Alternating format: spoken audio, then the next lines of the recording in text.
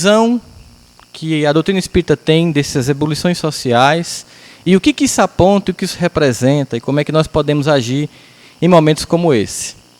Quando a gente entrou nessa fila mesmo, uma senhora que estava atrás de mim tocou nas minhas costas e fez: "Você é psicólogo, né?" Eu disse: "Eu sou." "O que é que você acha disso?" Ela disse: "Por que ela perguntou, meu Deus do céu? Eu estava tão quietinha aqui observando, observando a cena." Aí eu disse: "Bem, é o seguinte, se as coisas continuarem assim, no futuro essa criança vai tirar carteira do dinheiro da bolsa da mãe, da bolsa do pai. E se ele continuar sem limites, como ele está ficando agora," não é hiperativo não, eu disse: "Não, ele é mal educado. Hiperativo é uma coisa, mal educado é uma outra coisa, que parece, mas não é. Se você for hiperativo e mal educado, aí você imagina o que é que dá, né?" Então, a criança estaria ali precisando de normas, precisando de contenção, precisando de que os pais servissem de modelo de comportamento para que ele pudesse conseguir conter a sua vontade de fazer tudo o que queria. Como não contia, muito pelo contrário, a mãe colaborava comendo um chiclete e assim, não havia nenhum tipo de constrangimento de olhar para trás se a gente estava ignorando a cena. Muito pelo contrário. E aí a gente vê esse movimento todo no país e fica se perguntando o que significa isso, né? Nós que estamos aqui, junto do Consolador Prometido, sabendo, antevendo e já vendo os movimentos da regeneração, os movimentos de mudança, alguns muito sensíveis, alguns já bastante evidentes, a gente começa a se perguntar, e nosso papel nesse processo, como é que a gente pode atuar como um agente de colaboração, ou a gente vai ser inerte a tudo isso, indiferente, não vai agir. Quando a gente pensa em mudança de comportamento e de conduta social, a gente pensa de que forma se processa. A mudança se processa de duas formas clássicas: por convencimento ou por vencimento. Por convencimento é através do argumento. Você começa a argumentar com as pessoas que aquilo não é bom, mas o argumento ele se esgota muito rapidamente, porque apesar dele ser lógico, nem tudo que é lógico a gente obedece. Se o argumento fosse suficiente, nenhum médico fumava. Inclusive tem pneumologista que fuma, né? Então, se o argumento fosse suficiente, as pessoas simplesmente ao escutar e ver as evidências científicas de que aquilo não era bom, elas parariam. Se o argumento fosse suficiente, a gente pararia de se embriagar e pegar depois o veículo como uma arma e matar-se ou matar pessoas. Mas o vencimento, que é a força da norma e da lei, sim, é que faz com que a gente mude a atitude. E isso implica que há uma força sobre nosso comportamento para que haja uma mudança. Vamos tentar entender isso mais claramente. Há 30 anos atrás, as pessoas fumavam em ambiente fechado. Talvez até agora, imagina numa instituição. Porque ninguém tinha chegado à conclusão de que aquilo não era ruim. Até que se começou a perceber que incomodava. Eram poucos que fumavam, incomodando a muitos. E depois começou a colocar umas placas: preferível que não se fume. Essas placas estavam trabalhando na ideia do convencimento. Mas quem via a placa e fumava, pensava consigo: mas eu prefiro fumar. E continuava fumando. Aí veio uma lei: é proibido fumar. Com a lei veio o vencimento, porque o convencimento já não era mais suficiente. Hoje em dia, nem mais uma placa dessa é preciso, porque virou um comportamento social.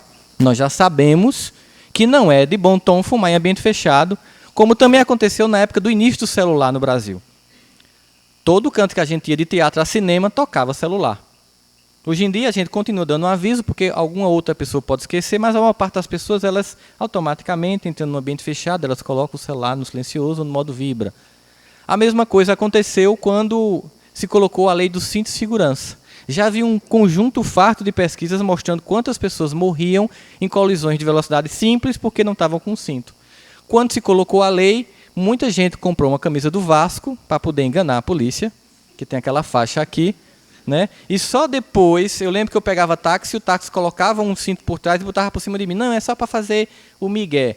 Mas o cinto de 3 pontas, né? Se alguém estiver assistindo esse vídeo fora da Paraíba, não vai saber o que é migué, né? Tirar uma onda, né? Então, colocava um cinto de 3 pontas que é só quem segura, um só assim não funciona. Mas aí, hoje em dia, no começo as pessoas reclamavam porque a sensação era de que o cinto estava sufocando, que estava apertando, e hoje, quando a gente sai sem cinto, a gente se sente solto. Porque houve uma mudança. A gente saiu do convencimento para o vencimento, e o vencimento, a lei, a norma, convence. Definitivamente, isso aconteceu. E num momento como esse, a gente se pergunta, quando a mudança vem, ela tem também, além desses processos, ela tem que seguir 2 conceitos clássicos. Tem que ter um objetivo.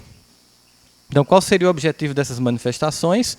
Obviamente, as pessoas percebem, grandes pesquisadores, sociólogos, filósofos do comportamento humano, enfim, vários cientistas políticos em vários programas de televisão no Brasil e no mundo, porque lá fora está chamando bastante a atenção do mundo esse movimento no Brasil, até por não ser uma característica muito nossa, né? E é aquela tentativa de explicar que ainda não está claro qual é o objetivo, mas uma coisa fica muito evidente, é uma necessidade de mudar o patamar da coisa pública no Brasil. Durante muito tempo, nós e os políticos estávamos no mesmo nível de corrupção.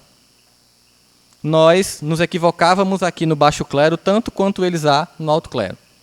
Mas começou a haver uma mudança na sociedade brasileira e, de certa forma, começou a haver um deslocamento tão grande entre o que o homem comum do Brasil faz, na tentativa honesta de ganhar a própria vida, trabalhando bastante para manter um padrão de vida. Às vezes, quando é professor, 3 escolas, 3 expedientes. Enquanto que muitos trabalham pouco e ainda roubam, começou a haver uma certa inquietação. E essa inquietação teve uma variável que aparentemente parecia não ajudar, mas ajuda, que é exatamente o que está temendo hoje a China. No momento em que 40 milhões de pessoas saíram da classe C, entraram na classe C brasileira e começaram a consumir, elas começaram a exigir ou demandar outras coisas. Inclusive, uma sociedade mais funcional, com escolas mais funcionais, com segurança pública funcional, com saúde funcional. Porque no começo, antes, quando elas não tinham entrado na classe C, elas estavam querendo sobreviver, elas estavam querendo se alimentar. Naturalmente, pela hierarquia da evolução humana, dos desejos, no momento que eu já tenho isso garantido, eu quero mais. E isso é lei do progresso. Hoje a China está numa grande sinuca de bico histórica. Eles não conseguem mais manter a produção industrial chinesa porque o mercado internacional está desaquecido. Perceberam que a estratégia seria aumentar o consumo interno da China. Estão fazendo isso. Acontece que está acontecendo na China numa proporção bem maior do que a brasileira, umas 10 vezes mais. Muitas pessoas saindo, entrando na classe C chinesa. E o governo já sabe, quando esse povo todinho estiver consumindo coisas, eles vão à rua exigir mudança política. E o que é que a gente vai fazer para conter 1 bilhão e 200 milhões de pessoas? Porque aqui é 200 milhões. Lá, 6 vezes mais que aqui. Então, é um processo natural que a gente está vendo. Faz parte daquilo que a gente chamaria, categorizaria como lei do progresso. E aí a gente pode, para poder continuar aqui essa discussão, trazer o que o Livro dos Espíritos, no seu capítulo 8, trata sobre a lei do progresso, descreve nas perguntas extremamente instigantes de Kardec e as respostas bem duras e precisas do Espírito da Verdade. Na questão 779, ele pergunta: o homem traz em si o impulso de progredir, ou seja, é algo inato, natural, ou o progresso é apenas fruto do ensinamento? Não, todo ser humano tem vontade de progredir naturalmente, ou a gente ensina às pessoas isso? O homem se desenvolve naturalmente, ou seja, o instinto de progredir é inato de cada ser humano. Mas esse capítulo 8 da Lei do Progresso é o capítulo do mas, porque eles dizem uma coisa, aí eles fazem uma todavia, né? Mas nem todos progridem ao mesmo tempo e do mesmo modo. É assim que os mais avançados ajudam pelo contato social o progresso dos outros, né? Então, obviamente, isso não se dá de uma forma bonita, amorosa e serena, porque a Terra ainda não é esse planeta de amor. Então, quando os europeus vieram para aqui, não foi assim, vamos lá colaborar com os índios para fazê-los evoluir, vamos levar o ferro, vamos levar a sociedade, o letramento, a música. Não, eles chegaram e começaram a matar. E, obviamente, nesse processo, houve trocas culturais e houve avanço. O progresso moral, ele continua na segunda pergunta, é sempre acompanhado do intelectual, ou seja, sempre que a gente tem um progresso moral, o intelectual está junto ou o intelectual acompanhando o moral, é sua consequência, aí de novo, mas nem sempre segue imediatamente. Então, o progresso moral ele é uma consequência do intelectual, mas não acontece no mesmo momento. Então ele insiste perguntando, como um avanço intelectual pode gerar o progresso moral? Se esse vem primeiro, como é que depois vem o outro? Ao fazer compreender o bem e o mal, o homem então pode escolher, exatamente como uma criança. Quando ela sabe o que pode e o que não pode, ela pode escolher. Mas quando ela acha que tudo pode, ela não tem uma escolha a fazer, ela só faz o mal. Quando ela acha que pode chegar no supermercado e abrir o chocolate e comer sem ceder, ela sendo um roubo praticado junto com a mãe, ela acha que aquilo é natural. Ela não é ensinada que aquilo não pode para depois ela decidir se vai ou não burlar a norma. O desenvolvimento do livre-arbítrio segue o da inteligência e aumenta a responsabilidade dos seus atos. A gente vê isso numa criança.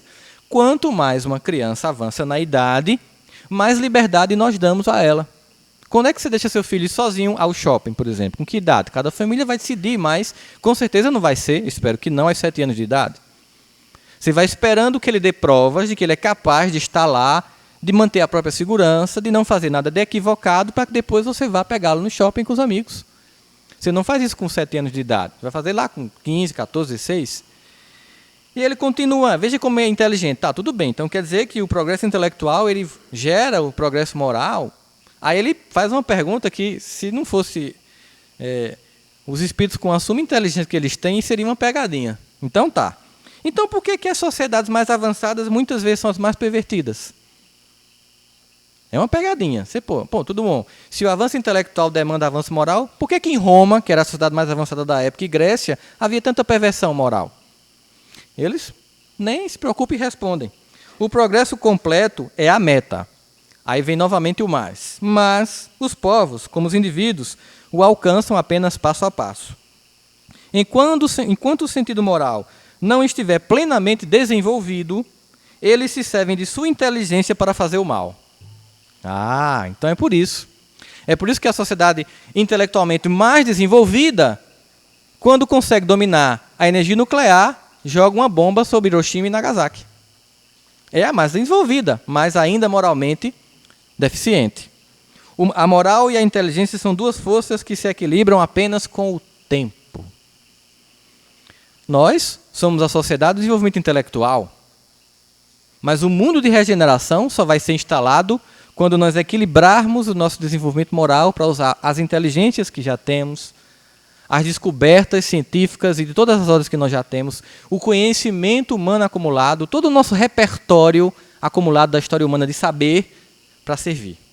Conforme a mensagem que foi lida por João, falando da análise que Emmanuel faz, quando a gente entender que o que você tem não me pertence, mas o que eu tenho te dou, conforme a proposta de Pedro. Significa dizer que eu não estou mais num processo de acúmulo, eu estou num processo de doação. Aí a gente percebe um avanço moral. Mas eles continuam. Kardec, então, pensa assim, tudo bem, então nós temos a ideia de que o avanço moral ele é consequência do intelectual, que nem sempre acontece porque há um tempo até que um se conecta na mesma velocidade do outro, mas o homem pode deter a marcha do progresso? Tem como a gente parar, impedir que a coisa avance? Não, mas pode impedi-lo alguma vez. E aí Kardec continua. O que pensar dos homens que tentam deter a marcha e fazer retardar a humanidade? Aquelas pessoas que não é para ser assim, vamos impedir, não está legal, não é hora. Eles respondem assim: pobres seres que serão punidos por suas próprias ações e serão arrastados pela torrente que querem deter. Olha só. Chega um momento que se acumula um processo tal de ebulição que não adianta tentar deter. Qualquer um que o tente será arrastado. E aí Kardec faz uma análise, um adendo, uma explicação pessoal dessa resposta. Sendo o progresso uma condição da natureza humana, ninguém pode se opor a ele. É uma força viva que as más leis podem retardar, mas não sufocar. Quando essas leis se tornarem incompatíveis com a sua marcha, ela a destrói e todos que tentem mantê-las, e todos aqueles que tentem manter esse atraso. Será assim que o homem coloca suas leis em concordância com a justiça e com o bem de todos, e não as leis feitas pelo forte em prejuízo do fraco. Então, quando há um desencontro entre as leis humanas e o progresso moral que se acumula, há um natural processo de destruição para que o novo surja. E aí, Ele continua perguntando. Não há homens que impedem um progresso com sua boa-fé, achando que estão fazendo uma... Não, eles acham que não é legal, não é porque eles são maus. Mas eles vão impedir porque eles acreditam que o que está aqui está legal, não vamos mudar, está bom, porque essa mudança de boa-fé. E eles respondem, são como uma pequena pedra colocada sobre a roda de um grande carro e que não impedem de avançar. Obviamente não há punição, porque aí é uma tentativa inconsciente, ainda equivocada, de fazer avançar. Mas as duas últimas respostas, as duas últimas perguntas, deixam bem claro o que está acontecendo.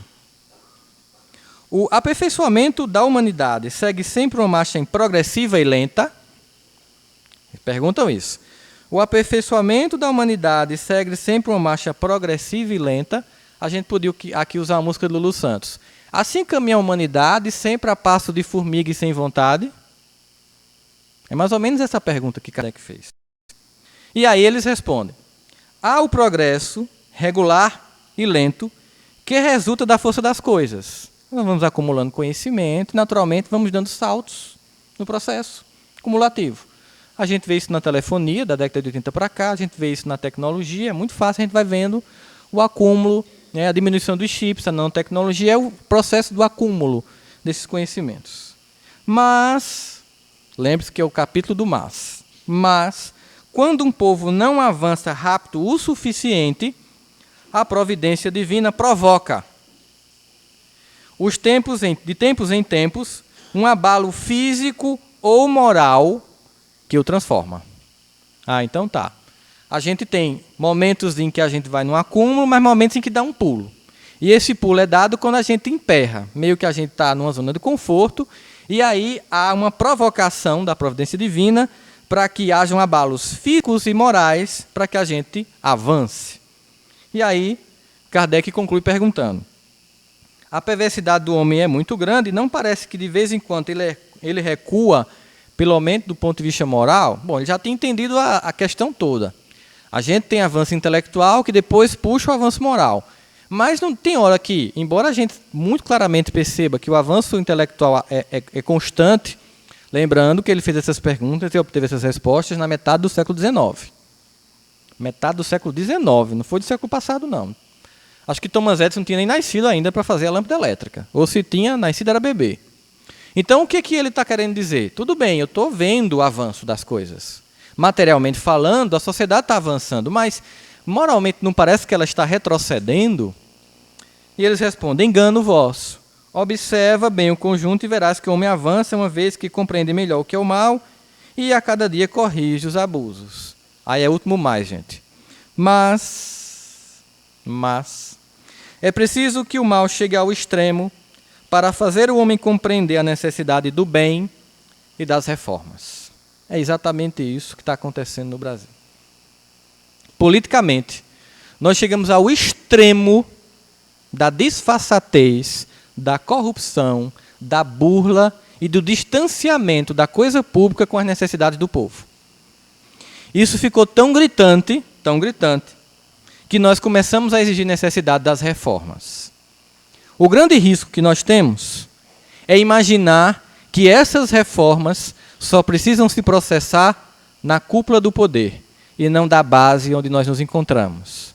Porque se nós educarmos os nossos filhos para pegar bombom no supermercado, nada vai mudar. Se nós não entendermos que, além de nós exigirmos que os homens públicos mudem o perfil e atendam de forma mais recíproca às necessidades sociais, mas também não nos responsabilizarmos por nossas mudanças, nós não estaremos fazendo aquilo que deve ser feito. Eu vou mostrar, não vai dar para todo mundo ver, porque foi um brasileiro, que inclusive é pai de um conhecido nosso aqui da Universidade Estadual, ele é de Fortaleza, passou no concurso, e o pai dele virou capa do New York Times. Não sei se vocês estão vendo aí. Eles compararam, né, a cena dele àquela histórica cena em que um jovem chinês ficou na frente de tanques militares. Esse homem é um juiz aposentado de 65 anos. Ele podia ficar em casa. É muito mais confortável. Assistindo toda a revolução pela Globo News. Eu não estou estimulando aqui ninguém para a rua. Estou estimulando atitude. Para que a gente imagine que, mais do que ver as imagens e curtir, ou postar, ou compartilhar no Facebook, é um momento de pensarmos qual é o papel do cristão nesse processo. E aí a gente entra agora na discussão que eu quis realmente trazer. Como seria, então, a proposta de Jesus para que nós processássemos mudanças na sociedade? Essa é uma discussão que tem a ver com a discussão de evangelho, cultura e política. A gente tem visto, lamentavelmente, aí muito mau uso do evangelho na política. Muitos se locupletam no poder, concorrem a cargos públicos e terminam se envolvendo no mesmo esquema de corrupção, imaginando que as religiões tentam mudar o mundo pelo espírito da força, quando o objetivo de todas as expressões de fé é mudar o mundo pela força do espírito e do exemplo. Mais do que assumir cargos para tentar mudar na marra, não é mais momento para isso, é que nós possamos ser a ação e exemplo de mudança pessoal para provocar esse mundo novo que está surgindo. Então, grandes cientistas das religiões, entre eles destacadamente Helmut Richard Nebel, ele faz uma grande pesquisa acerca de um estudo clássico sobre Cristo e cultura, no qual ele distingue 5 diferentes possibilidades de compreensão do relacionamento entre o evangelho e a cultura. Ele diz que geralmente se faz 5 leituras do evangelho de Jesus com relação à cultura. A primeira coisa que ele vai mostrar claramente é que não há como imaginar viver Cristo sem ser na cultura. Então nós não podemos criar aquele... Nós aqui somos eleitos, nós aqui somos bons e o mundo lá fora é mau. Por quê? Porque quando terminar a reunião, a gente vai voltar para o mundo lá fora. Quando a gente for trabalhar, a gente vai trabalhar com o mundo lá fora. Quando a gente voltar para casa, quando a gente for para qualquer canto, a gente vai encontrar com esse mundo do qual nós fazemos parte. Então é impossível imaginar Jesus fora da cultura.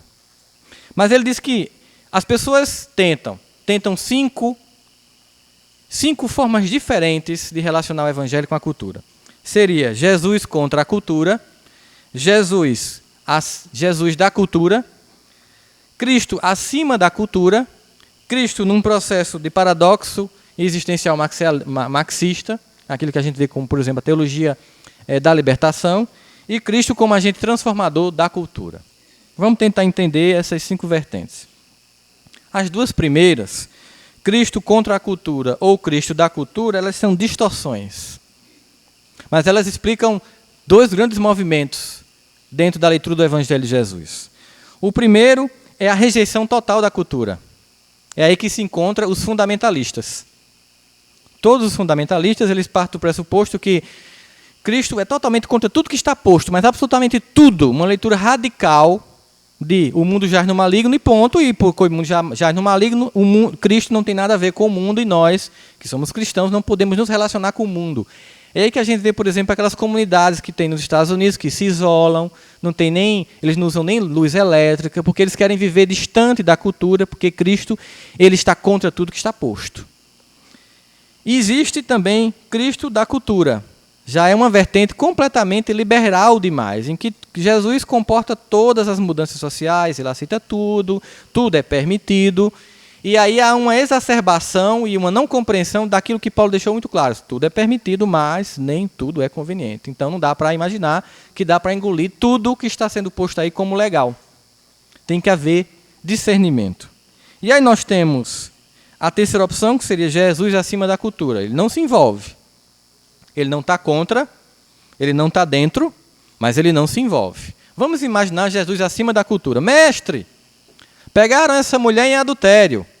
Os homens querem apedrejá-la porque é o que está prescrito na lei mosaica.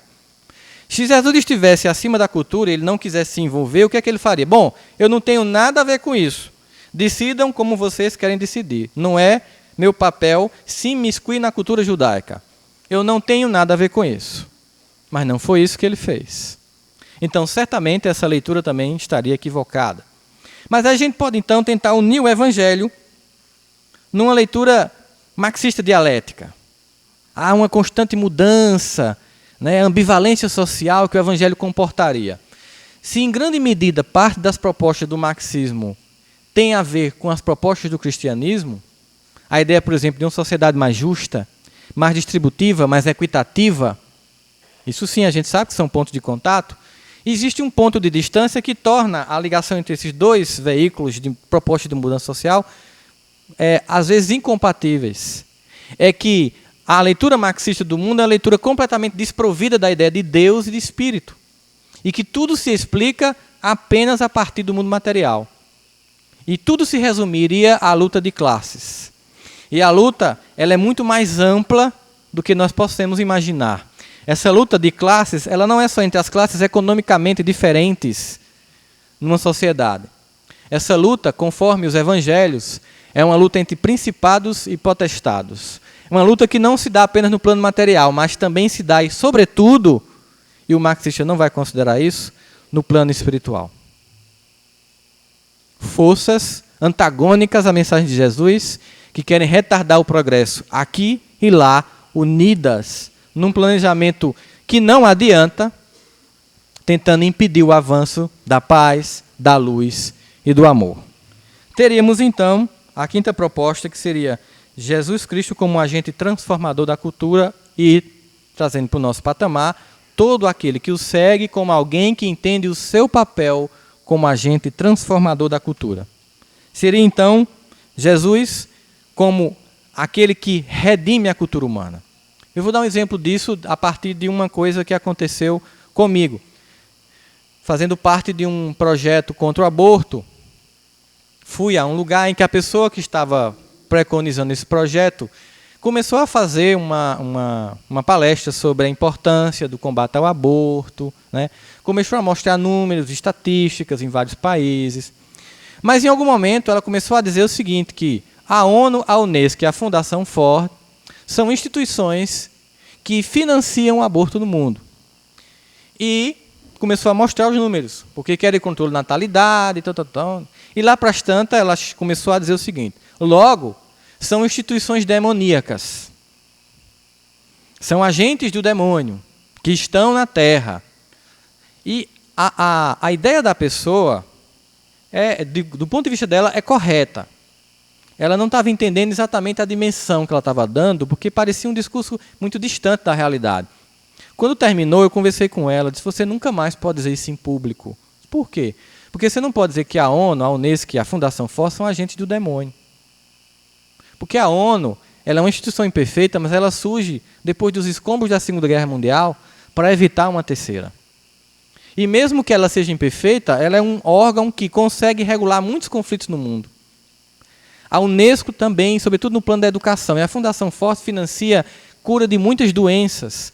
Eles não são agentes do mal. O que nós temos que entender é que a ONU, a Unesco e a Fundação Ford são desprovidas de uma visão espiritual do mundo. Então, o objetivo da gente não é combater essas instituições, é espiritualizar essas instituições. Porque muitos não são agentes do mal, são pessoas que não têm uma visão transcendente e espiritual do mundo. E como é que nós podemos convencê-las disso? Pelo convencimento, apenas pelo discurso? Há muito tempo que o discurso se esgotou.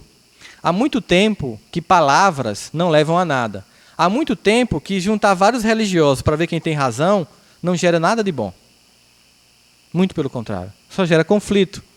Numa discussão dessa, a gente tem que escolher entre ter razão e ter paz. E é melhor calar e ter paz do que tentar ter razão. Porque não é mais hora de tentar converter ninguém a nada.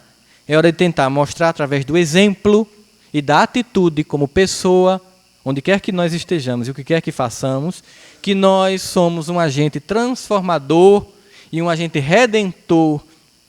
E usamos como força para fazer isso uma mensagem que nos tocou, mas não só intelectualmente, nos tocou no foro íntimo de nossa alma, que é a mensagem serena, tranquila, mas revolucionária de Jesus. Que chega para mudar o establishment, aquele que já está muito posto e que ninguém quer mexer porque vai desconfortar, mas chega de forma serena, tranquila, para mudar o estado das coisas. E que evoca de nós que, apesar de em muitos momentos a revolução ser coletiva, ela deve começar nesse momento da história humana, agora particularmente, que tanto nos toca a nós que sabemos o que está acontecendo, sabemos que existe toda uma trama de transformação do planeta que não se dá apenas nos sinais materiais, mas também nos sinais transcendentes da mudança de patamar, que o que a sociedade brasileira hoje demanda nas ruas é que nós possamos dar um salto qualitativo na democracia imperfeita que nós temos, e que o nosso papel enquanto cristãos é colaborar ativamente para que a gente, lá no lugar onde a gente está, usando uma terminologia muito própria de Michel Foucault, na microfísica do poder das relações, nós possamos fazer a diferença para que isso se coletivize. Porque não vai vir um grande agente lá de fora para fazer a mudança.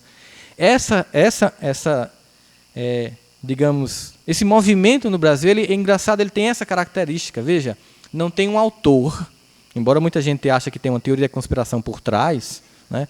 Não tem uma cara. A mídia adoraria que aparecesse alguém à frente desse movimento, porque seria muito fácil ir atrás da vida preguiça dessa pessoa, descobrir algum podre, tentar desmoralizar a pessoa para desmoralizar o movimento.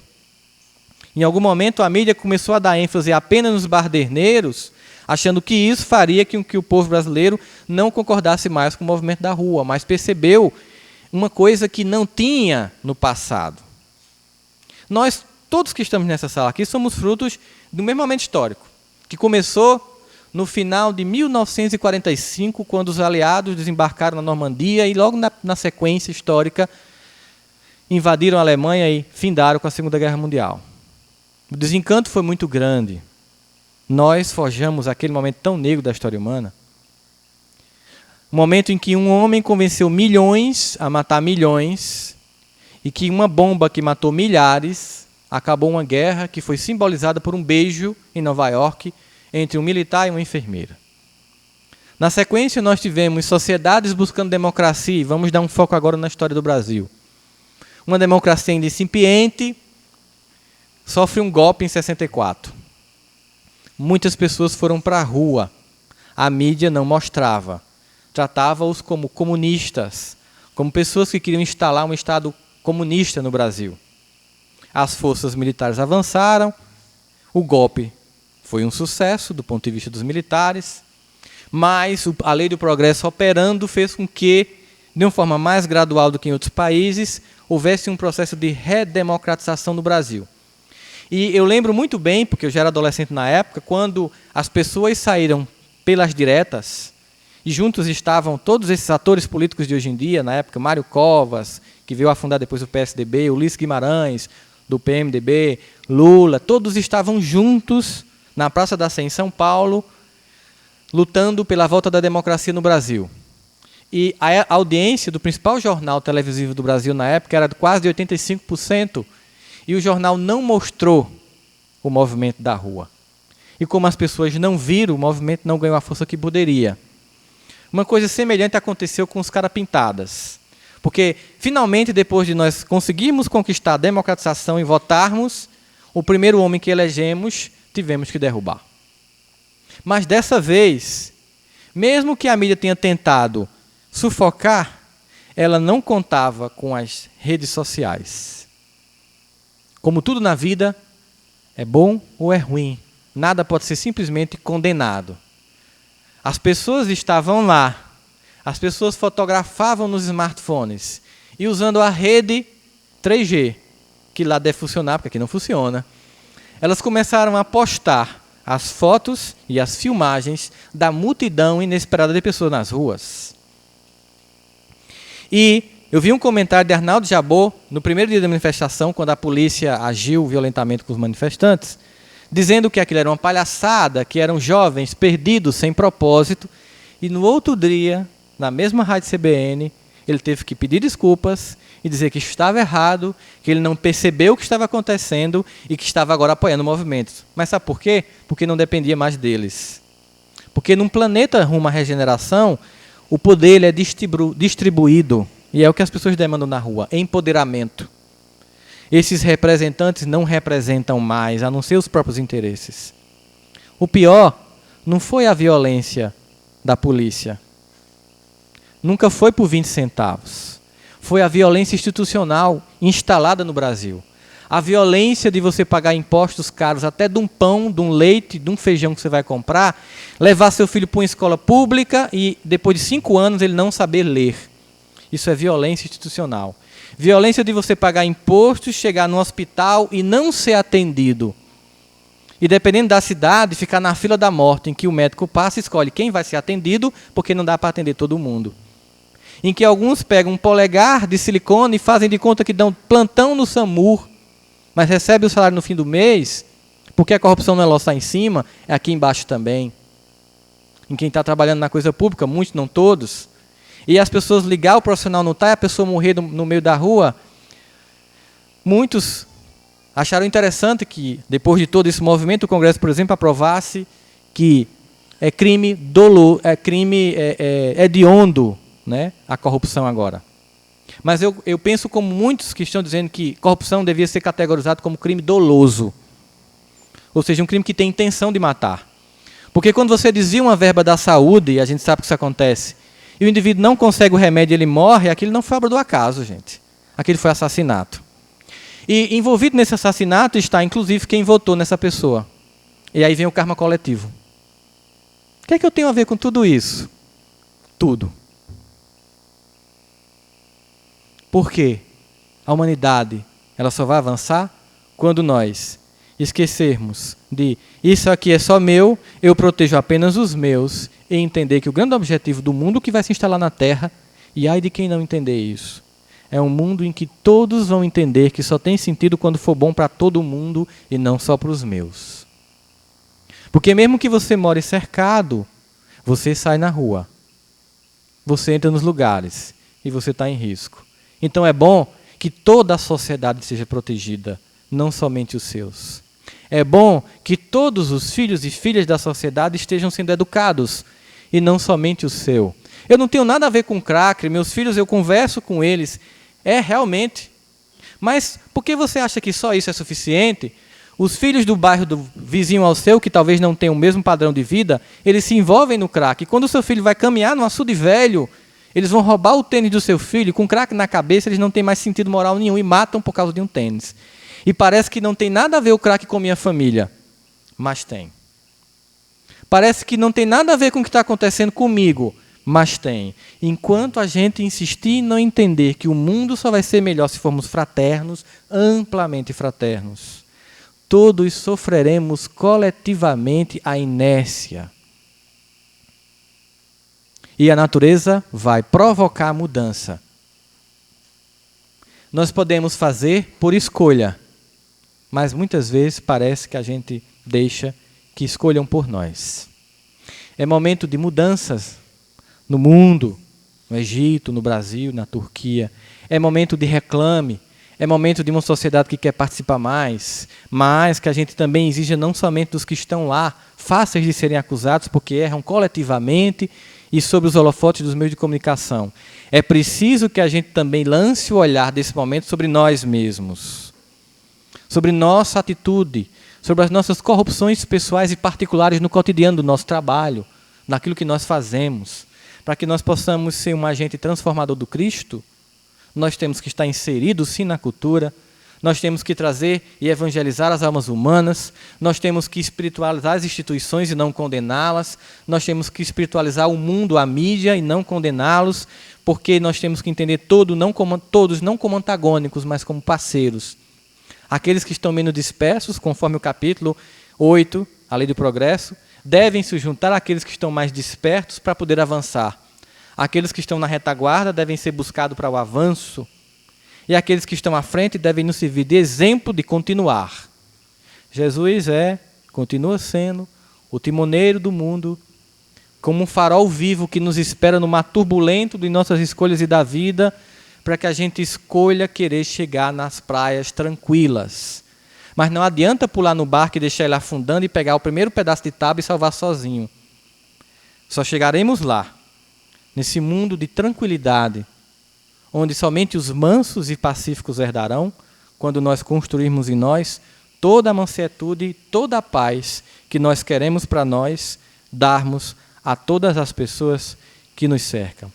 E que esse Jesus, que nos chama de várias formas, inclusive até de ebulições sociais, toque nossas fibras, nossa família, nosso cotidiano, para que a gente saia daquele foco de imaginar que só nós sofremos, de que eu vim hoje aqui, mas a minha dor é grande porque a dor do mundo é muito grande, de que Jesus vai consolar você, vai.